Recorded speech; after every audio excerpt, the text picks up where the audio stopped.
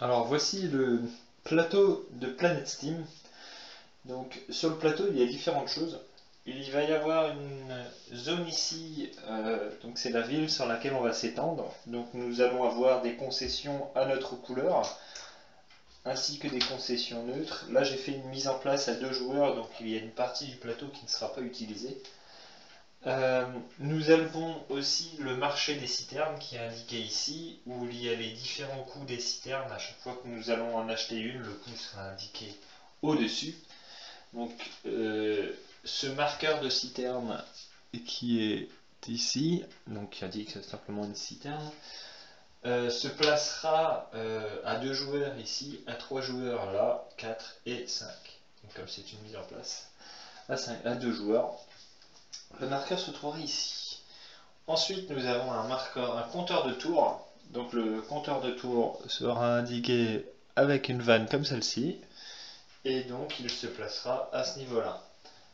Pour une partie à 2 joueurs, à 3 joueurs, il se mettra ici, à 4 ici et à 5 là. Nous avons en plus un emplacement qui permettra ici de placer des ressources bonus lorsque nous choisirons des personnages.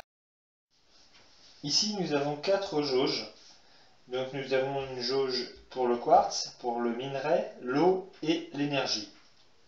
Sur chacune de ces zones, on aura donc 2 jauges, une jauge qui indique le cours du prix et une jauge qui indique le nombre de ressources disponibles. Plus elles seront disponibles, moins le coût de cette ressource sera élevé, moins elles seront disponibles et plus le coût de cette ressource sera élevé. J'expliquerai plus tard comment ça va jouer là-dessus. Ensuite, nous allons avoir pour chaque joueur différentes cargos. Donc nous allons avoir des cargos, nous aurons bien sûr des ressources au début de partie qui sont indiquées dans la notice, ça dépendra naturellement du nombre de joueurs. Et donc nous avons différents cargos. Donc ce cargo là par exemple vous permet de stocker de l'eau. Donc nous pourrons stocker 5 réserves d'eau et c'est un cargo de niveau 1. Si je la retourne, j'aurai un cargo de niveau 2 et je pourrai stocker cette ressource d'eau. Donc vous vous en doutez, du coup on va pouvoir faire évoluer nos cargos. Donc là vous avez la même chose pour l'énergie. Ici vous aurez la même chose pour le minerai et la même chose pour le quartz. Chaque joueur aura aussi donc différents marqueurs, donc à sa couleur, qui indiqueront le nombre de concessions que nous aurons. C'est ce qu'on va placer sur le plateau. Nous allons aussi avoir plusieurs marqueurs ici qui indiquera quelle ressource sera mise en vente avant, l'ordre des ressources, c'est-à-dire que pendant les ventes, nous aurons des ressources qui seront mises en vente aléatoirement. Donc les joueurs le choisiront en même temps que de choisir son rôle. Nous allons aussi avoir ce qu'on appelle des citernes. Donc c'est de petites citernes en plastique, joliment fait. Sur ces citernes, nous avons la possibilité d'adapter des super compresseurs. Donc les citernes, ce sera les ustensiles qui vont nous permettre d'extraire des matières premières. Donc les supercompresseurs s'adapteront dessus et donc c'est simplement que cette citerne va produire le double de ce qu'elle produit habituellement. Nous allons pouvoir mettre des convertisseurs parce qu'une citerne vide ne produit que de l'eau. Donc on pourrait très bien mettre un convertisseur dessus pour qu'elle produise de l'énergie. Donc ça c'est un convertisseur d'énergie. Nous avons aussi des convertisseurs de minerai, donc pour qu'elle extrait du minerai. Donc nous adapterons un convertisseur de minerai sur la citerne.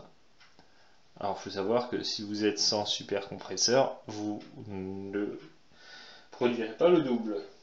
Et nous avons bien naturellement un convertisseur de quartz. Donc chaque joueur disposera d'un plateau individuel. Donc sur ce plateau, il est indiqué plusieurs choses. On vous indique le coût d'activation, donc j'expliquerai plus tard à quoi ça sert. Le coût des citernes locales, c'est-à-dire que vous devrez payer 1 eau, ce qui est indiqué ici, plus la valeur de la citerne indiquée sur le plateau. Nous avons des citernes importées, c'est-à-dire que quand il n'y en a plus, on peut acheter les citernes autrement. Il faudra payer 1 eau, 2 ressources de quartz et 5 crédits. Nous avons aussi donc les super compresseurs que je vous ai montré comme celui-ci. Donc le super compresseur coûtera 1 eau, 1 minerai et 2 quartz.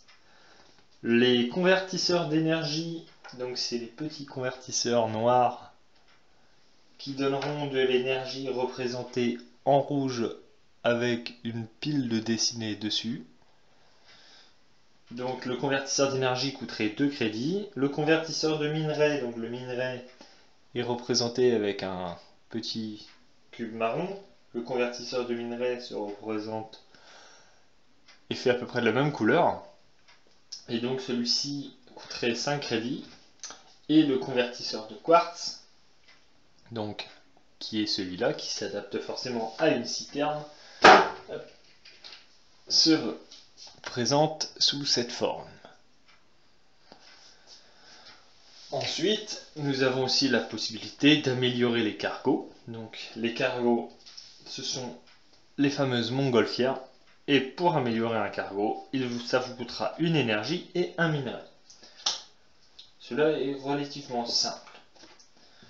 Le but du jeu, c'est de faire le maximum d'argent. En début de chaque tour, on va choisir, donc on va faire des enchères à tour de rôle. Donc chaque joueur fera une annonce et donc choisira un personnage parmi tous les personnages disponibles. Celui qui remporte l'enchère, en fait, ne choisit pas un personnage propre, il a le choix parmi tous ces personnages. Il prendra une ressource sur le plateau, donc une ressource bonus, et choisira quelle ressource sera mise en vente au début ou à la fin. Enfin bref, il va choisir un numéro et le placera sur une des ressources. Nous avons aussi dans le jeu des cabines de luxe qui vous rapportent donc 50 points en fin de partie. Donc la cabine de luxe coûte un minerai et un quartz. Et nous avons aussi des permis de construire qui vont nous permettre de nous étendre sur le plateau, qui coûtent un quartz et 2 os. Elles valent aussi 15 crédits, donc on pourrait la vendre pour récupérer de l'argent.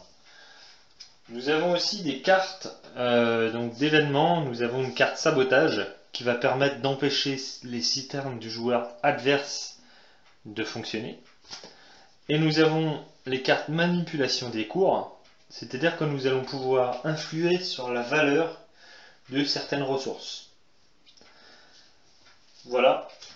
Nous avons aussi un cargo additionnel, donc celui-ci est mise aux enchères. Il a une différence, c'est qu'il ne peut stocker que 3 ressources et il peut stocker n'importe laquelle, de n'importe quel type, pardon. Donc ce cargo serait mis aux enchères aussi pour avoir un cargo supplémentaire. Nous aurons aussi un aéronef, donc qui pourra doubler la valeur de production des citernes placées sur le plateau qui sont présents sur la ligne où l'aéronef est. Donc voilà en ce qui concerne le matériel.